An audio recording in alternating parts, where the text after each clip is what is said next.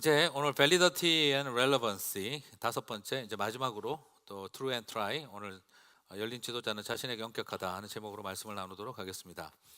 자, 오늘로 새 주제인 이 Validity와 Relevancy를 정리를 합니다. 자, 말씀에 대한 타당성과 기초가 있고, 그리고 삶에 대한 적합성을 가진 것. 자, 우리는 지난주 Relevancy를 굉장히 이기적인 현실주의자가 되는 것이 아니라는 것을 같이 나누었습니다.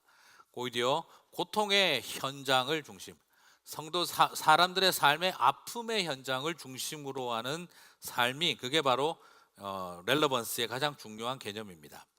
잘 나가는 세상에 적합하려고 애를 쓰는 것이 아니라 못 나가고 아픈 세상에 렐러번트한 삶을 살아가는 것, 그게 바로 하나님에게 가장 렐러번트한 삶을 살아가는 것과 같은 역설적인 진리가 있다라고 이야기를 나누었습니다.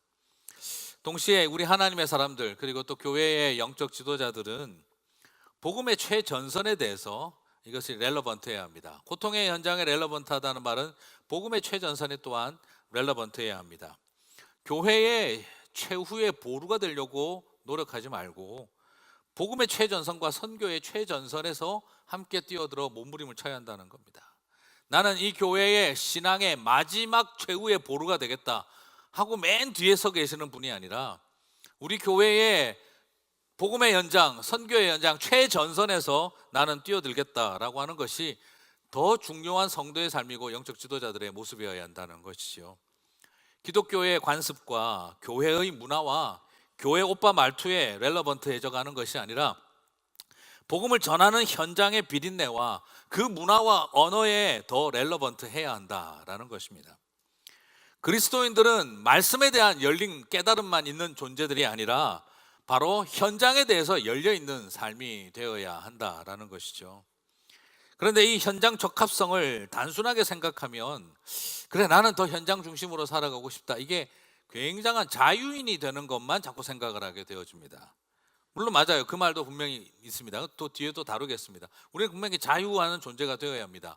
그러나 이 현장 적합성이라는 말은 우리에게 자유해야 할 이유가 되기도 하고 동시에 종이 되어야 할 이유가 되기도 합니다. 복음의 현장에 렐러번트하기 위해서는 우리를 제한하는 모든 것들로부터 자유로울 수 있는 것이고, 복음의 현장에 렐러번트하기 위해서는 나는 자유로우나 그 현장에 렐러번트하기 위해서 스스로 종이 될 수도 있다는 것이죠. 이것이 우리에게 주어져 있는 모습입니다.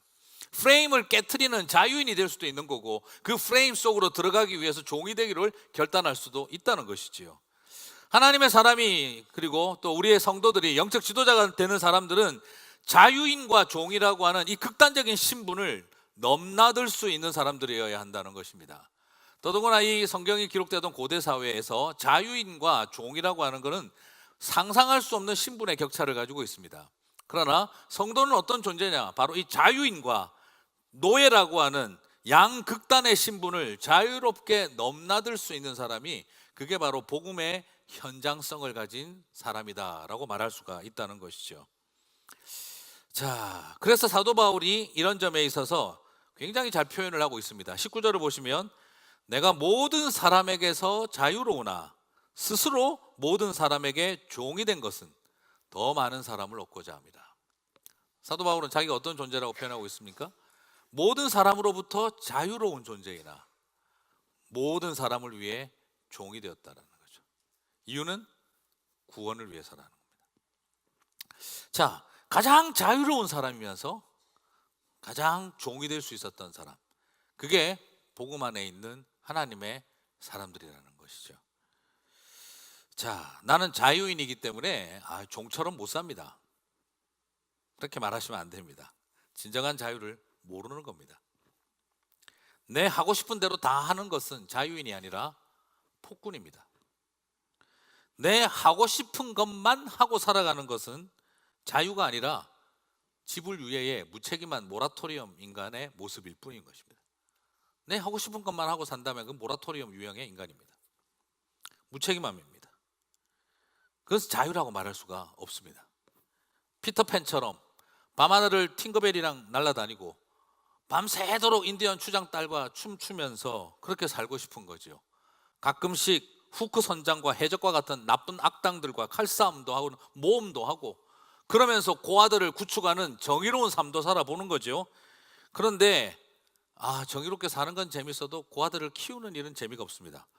그래서 멀쩡하게 집에 잘 있는 웬디 밤하늘에 꼬셔내가지고 데리고 가서 그래서 그 고아들 돌보고 밥 먹이고 옷 입히고 청소하라고 갖다 놓습니다. 그리고 자기는 밤새도록 후크와 싸우는 모험과 악당을 물리치는 정의를 꿈꾸고 인디언 춘향 딸 구해서 밤새도록 춤추고 놀고 팅거벨이랑 밤하늘을 날아다니며 너무 키가 안 맞아가지고 이루어지지 못할 사랑 그렇게 평생 즐기면서 사는 거죠. 여러분 그게 자유일까요? 그러면 웬디는요? 네, 우리가 하고 있는 짓이 이 짓이구나 생각이 갑자기 듭니다. 네. 이건 자유가 아니라 책임지지 않을 젊은 오빠에 불과한 것이죠. 오늘 이것이 어쩌면 우리가 발견하는 피터팬의 모습이죠. 네버랜드는 그래서 네버랜딩 아일랜드, 결코 창조하시면 안 될 섬이다, 그렇게 생각하시면 되겠습니다. 종의 길을 가는 사람은 자유하지 못해서 종의 길을 걸어가는 걸까요? 자유가 뭔지 몰라서 종속된 종의 삶을 살아가는 걸까요? 그럴 수 없습니다. 예수님이 종의 형체를 입기까지 낮아지신 이유는 무엇입니까? 가장 자유로운 분이셨기 때문입니다. 사도 바울이 모든 사람의 종이 될 수 있었던 것은 그가 모든 사람으로부터 자유로운 사람이었기 때문이었습니다. 오늘 본문은 우리들에게 무한정한 자유의 가능성을 열어주고 있는 것이 목적이 아니라 절제할 이유, 종이 될 이유는 바로 자유함 때문이라고 우리들에게 말해주고 있습니다. 자유가 없어서 종이 되는 것이 아니라 나는 가장 자유한 존재이기 때문에 나는 종의 길을 선택할 수 있다는 것이죠. 이것이 복음의 신비입니다. 복음은 어떤 것이냐? 가장 억압된 사람들을 자유케 하고 그 자유케 된 사람들이 가장 억압된 현실에 있는 사람들을 위하여 헌신하게 만드는 것이 복음의 능력입니다. 지긋지긋해서 탈출하고 도망쳐 나온 사람들이 복음을 만나고 난 다음 그 지긋지긋하던 곳에 다시 들어가 하나님의 복음을 전하겠다고 가게 만드는 일, 그게 바로 복음이 하는 신비고 능력입니다. 그래서 가장 억압된 사람들에게를 자유케 하고 그 자유케 된 사람들이 가장 억압적인 현실에 헌신하게 만드는 것, 그게 바로 복음의 신비고 복음의 능력인 것이죠. 그리스도인들은, 그리고 특별히 섬기는 영적 지도자들은 이 신비를 아는 사람들이어야 한다, 그렇게 말씀드리고 싶습니다. 그래서 저는 밸리더티와 이 렐러번시를 이제 마무리를 하면서 이렇게 정리하고 싶습니다. 가장 말씀에 기초한 밸리더티를 가진 사람은, 복음의 타당성을 가진 사람은 가장 렐러번트한 삶을 살아갈 수밖에 없다는 것이죠. 현장 적합적일 수밖에 없습니다. 가장 현장 적합적인 사람이 가장 복음적인 삶이다라고 말씀드리고 싶습니다. 가장 복음적인 사람이 가장 현장적인 사람이고 가장 현장적인 사람이 가장 복음적인 사람입니다. 이 둘은 전혀 다른 요소가 아니라 바로 이란성 쌍둥이 같은 하나입니다. 그래요. 거기엔 공통점이 있기 때문입니다. 바로 하나님 아버지의 마음입니다. 말씀에 하나님 아버지의 마음이 있고 복음의 현장에 하나님 아버지의 마음이 있습니다. 그래서 텍스트와 컨텍스트는 정반대말처럼 보이지만 하나님 아버지의 마음 안에서 하나가 되는 것이지요.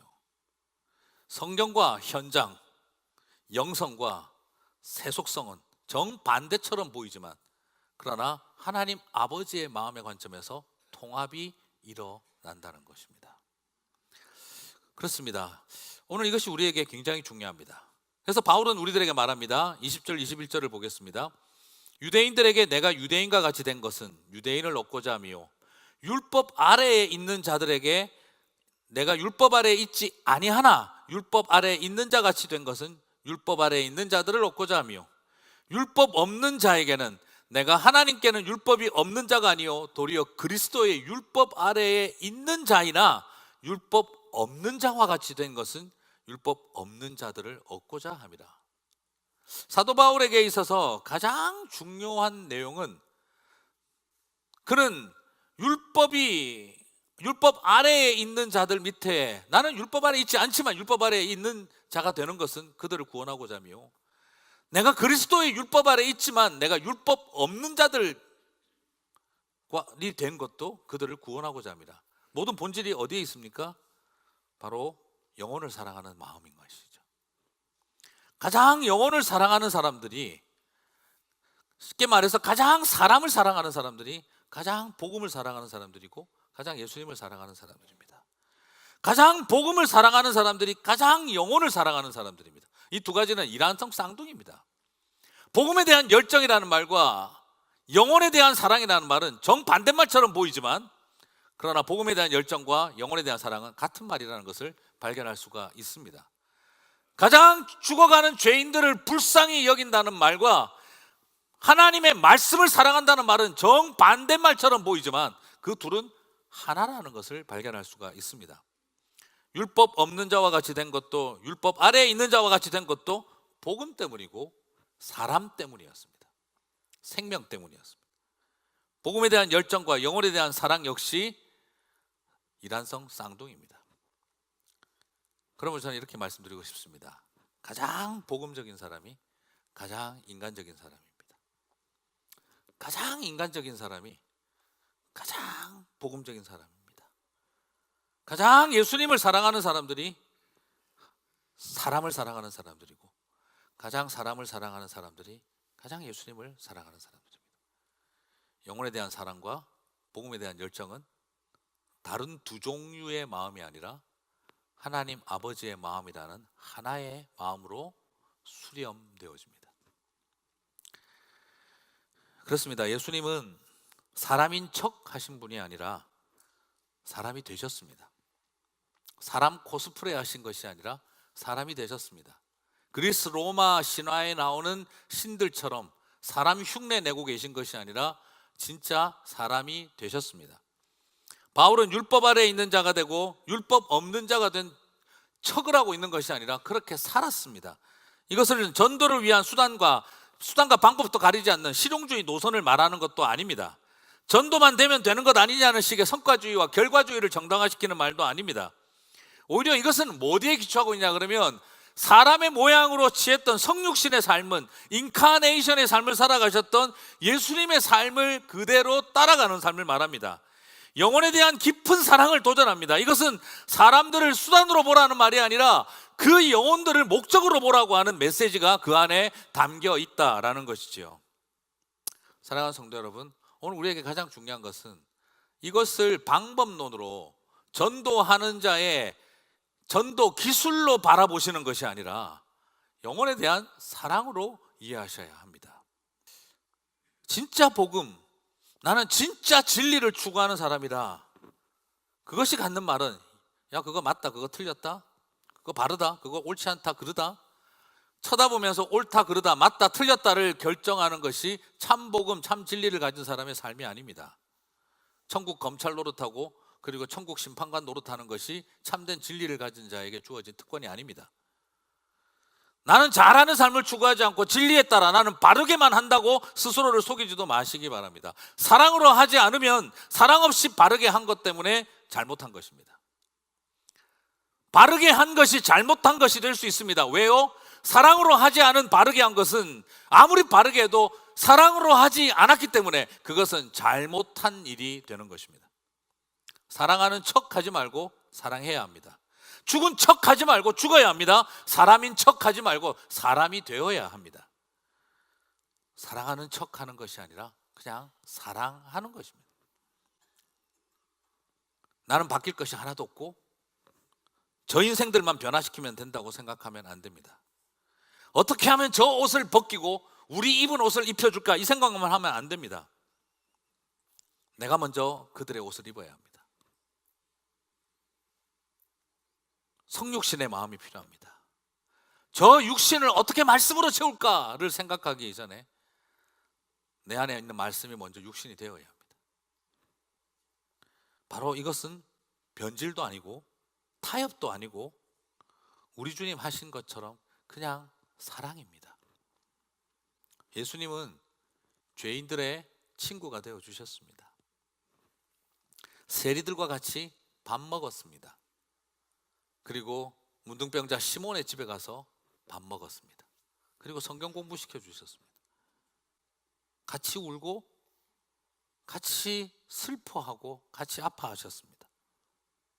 오늘 우리 시대의 교회와 기독교가 잃어버린 것은 예수님의 인간미입니다.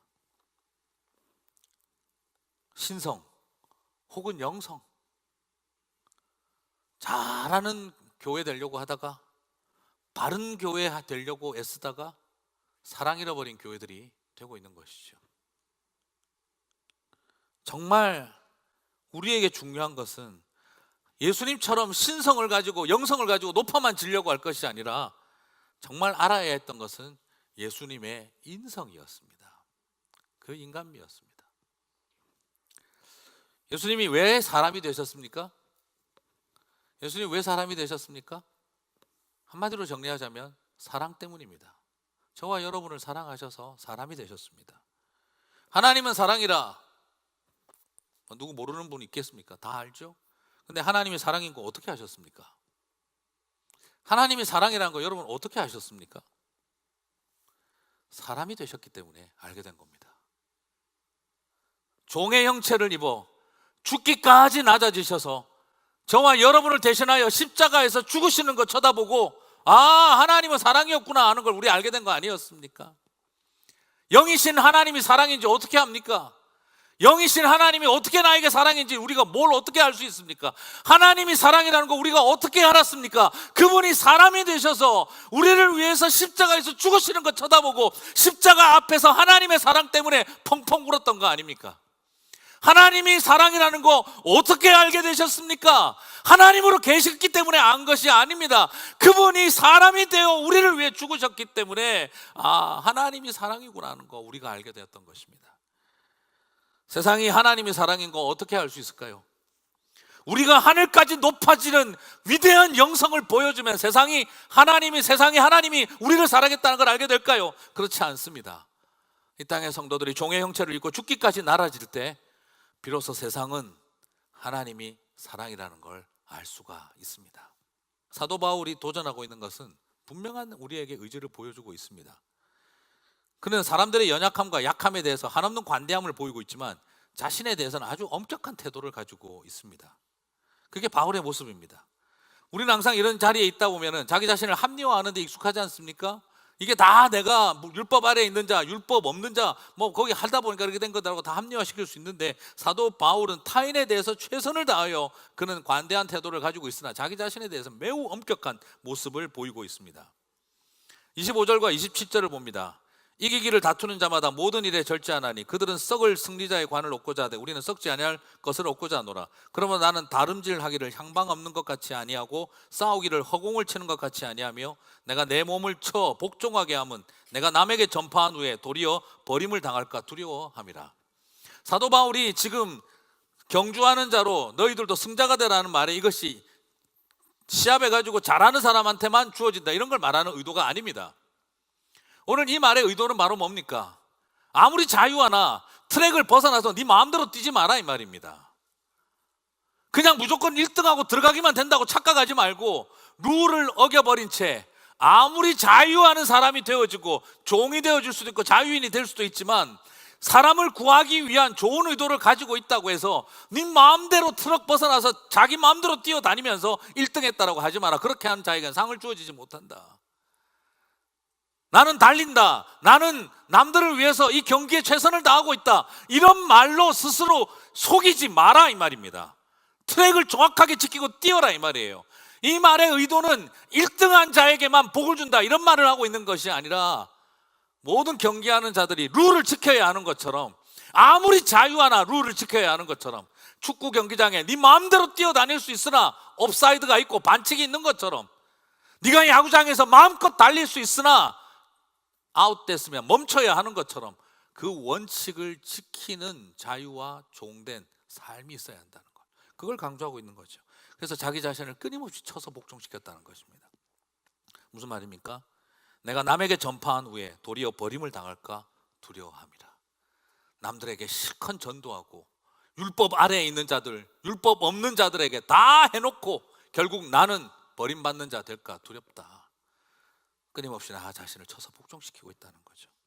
구제하고 전도하고 선교하고 설교하고 성경 가르치고 목사하고 열심히 뭔가 했는데 내가 남에게 다 전파한 후에 내 자신의 영혼을 돌아보지 못한 원칙을 깨버린, 트랙을 벗어나버린 질주를 하지 않았는가?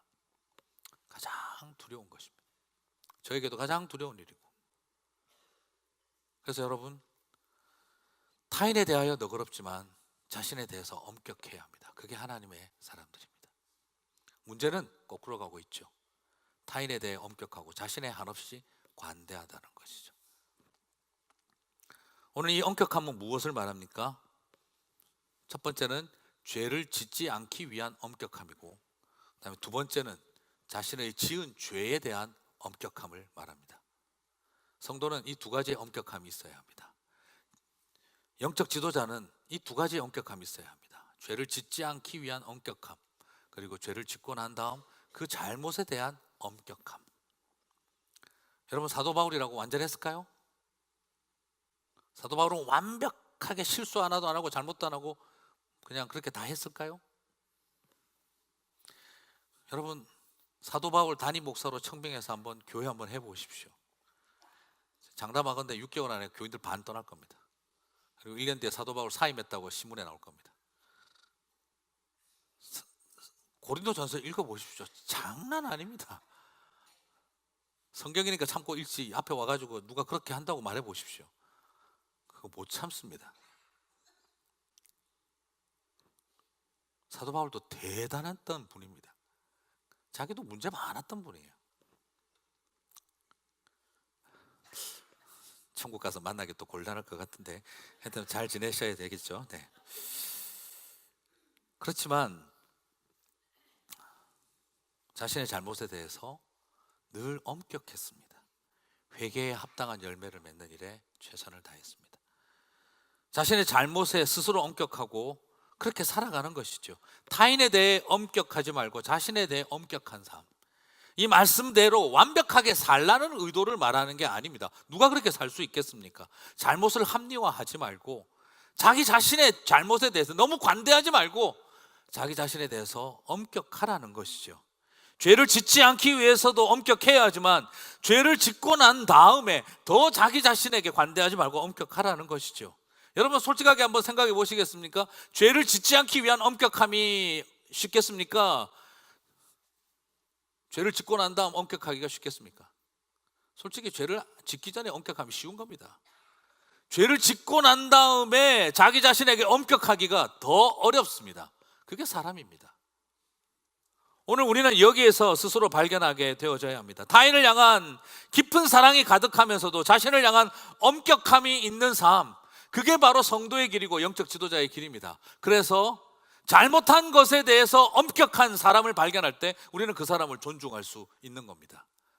완벽하게 살아서 존중받는 것이 아니라 잘못에 대해서 자신에게 엄격한 사람을 볼 때 우리는 그것을 존중할 가치가 있다고 여기게 되는 것이죠. 그게 영적 지도자의 삶이고 성도의 삶이라고 말할 수 있습니다. 이제 말씀을 맺겠습니다. 이제 4월 초 봄이 되면 철쭉과 진달래 그리고 연산홍 이런 꽃들이 흐드러지게 피죠. 한국에 있을 때 참 그 진달래와 철쭉이 쫙 이렇게 피면 그게 그렇게 참 예쁘고 아름다웠었던 기억이 납니다. 제가 이제 과손집 아들이다 보니까 그런 걸 많이 알고, 저희 어머니가 워낙 꽃들도 좋아하시고 그래서 꽃 사러 가고 이러면은 철쭉하고 진달래가 있어요. 생긴 거 보면 둘이 똑같아요. 철쭉이나 진달래나 생긴 게 거의 비슷한데 저 같은 초보는 잘 못 알아보겠어요. 그래서 뭐가 진달래고 뭐가 철쭉입니까? 그렇게 물어보니까 그 꽃 파시는 분이 웃으면서 이야기하더라고요. 조금 못생긴 게 진달래고 좀 예쁜 게 철쭉이라고 이야기를 하더라고요. 근데 이게 봐도 이게 뭐가 못난지 뭐가 더 예쁜지 저 같은 초보는 잘 모르겠더라고요. 조금 못난 게 진달래고 좀 예쁜 게 철쭉이래요. 근데 그분이 가만히 보면서 웃으면서 하는 말이, 그런데 좀 못난 진달래를 옛사람들은 참꽃이라고 하고 더 예쁜 철쭉을 개꽃이라고 했습니다. 그렇게 이야기를 하는 거예요. 아니 왜 더 예쁜 철쭉이 개꽃이에요? 그러니까 그분이 웃으면서 해주시는 말이, 아마도 옛날 우리가 다 가난한 세월을 살다 보니까 공공하고 힘든 세월을 산 백성들이 이제 4월 초 춘궁기가 되면, 봄에 그냥 막 먹을 게 없어지는 그런 춘궁기가 되면 배고프고 굶주리고 서러울 때 이것저것 캐먹고 꽃이라도 먹어야 했던 때가 있었죠. 그런데 비슷하게 생겼는데 진달래는 먹을 수 있고 철쭉은 먹으면 안 됩니다. 철쭉은 독성이 있어서 나 건드리지 마, 이 예쁜 거 건드리지 마 하고 독성이 있어서 사람들이 먹을 수가 없고, 그러나 진달래는 조금 덜 못생겼고 독성이 없어서 사람들이 먹을 수 있었습니다. 그래서 아마 사람들이 진달래를 참꽃이라고 하고 철쭉을 개꽃이라고 한지 모르겠다고 이야기를 하시더라고요. 그렇습니다. 자신들의 가난이 부끄럽고 자식들 앞에서 면 안 서는, 그래서 빌어 먹어야 하는 그런 지경에 있던 많은 가난했던 사람들에게 진달래는 부끄러운 가정의 식탁을 장식해주는 예쁜 음식이었습니다. 그래서 진달래는 부끄러운 가난을 아름답게 장식해준 가난한 자들의 위로였습니다. 배고픈 아이들의 입안에 진달래꽃 따다 먹이며 그 가난의 부끄러움 속에서도 꽃이 있는 식탁, 그리고 예쁜 음식이 되어줬던 게 진달래였던 것이죠. 그래서 사람들은 먹을 수 있는 진달래가 향이 덜하고 못생겼지만 색깔도 덜 붉지만 참꽃이라고 불러주었고, 그리고 철쭉은 군락을 이루면 그렇게 예쁘지만 개꽃이라고 불렀던 것이죠. 퍽퍽한 삶을 사는 백성들에게 잠시라도 꽃을 볼 수 있는 눈 호강도 시켜주고 굶주림을 위로해주는 먹거리도 되어준, 예쁜 먹거리가 되어준 진달래꽃이 덜 아름다워도 더 귀해 보였던 거구나 하는 생각을 하게 됩니다. 그래서 가난하고 굶주린 백성들을 사랑해서 그들을 위해서 일부러 향을 빼고 독성을 버리고 먹거리가 될 수 있는 꽃이 되기로 결단했다라고 하는 진달래꽃의 전설 이야기가 만들어진 것도 아마 그런 배경이 아닌가 싶은 생각이 들기도 합니다. 그냥 저는 이런 생각이 듭니다. 우리 예수님이 그런 진달래꽃 같은 참떡, 참꽃, 참 말씀이 아니셨나 싶습니다. 우리의 성도와 영적 지도자들도 어쩌면 이 땅에서 좀 진달래꽃처럼 되면 어떨까 싶습니다. 나의 아름다움 함부로 건드리지 못하도록 독품고 예쁘게 있는 개꽃이 될 바에야 좀 색깔 빠지고 덜 이쁘고 그리고 향 없어도 누구나 와서 가난한 백성들이 들에게 예쁜 음식이 되어줄 수 있다면 그게 어쩌면 우리가 가야 할 성도의 삶이고 영적 지도자들의 모습이 아닐까 하는 생각을 해봅니다. 사랑하는 성도 여러분, 덜 화려하고 덜 향기롭고 덜 아름다워도 약간의 꽃다움을 포기한다 하더라도 진달래를 참꽃이라고 부르고 싶었던 사람들의 마음을 헤아려 본다면 사람들이, 이 땅을 살아가는 성도들이 어떤 모습일 때 참꽃처럼 여겨줄지를 생각하게 되어집니다. 이제 우리는 알게 되는 것이죠. 밸리더티와 렐러번시는 쌍둥이였구나. 텍스트와 컨텍스트는 서로 멀리 떨어져 있는 게 아니었구나. 현장 중심과 말씀 중심은 영적인 것과 세상적인 것을 세상 현장 중심으로 크게 멀리 있는 개념이 아니었구나. 그 모든 것이 다 하나님 아버지의 마음 안에 하나였구나. 그래서 가장 현장 중심의 사람이 복음 중심의 사람이고 가장 복음 중심의 사람이 현장 중심의 사람일 수밖에 없는 거구나. 가장 예수님을 사랑하는 사람이 가장 사람들을 사랑할 수밖에 없는 것이고 가장 사람들을 사랑하는 사람이 가장 예수님을 사랑하는 사람인 것이구나. 오늘 저와 여러분이 그 고백과 함께 이 땅을 살아가시게 되기를 주의 이름으로 축복합니다.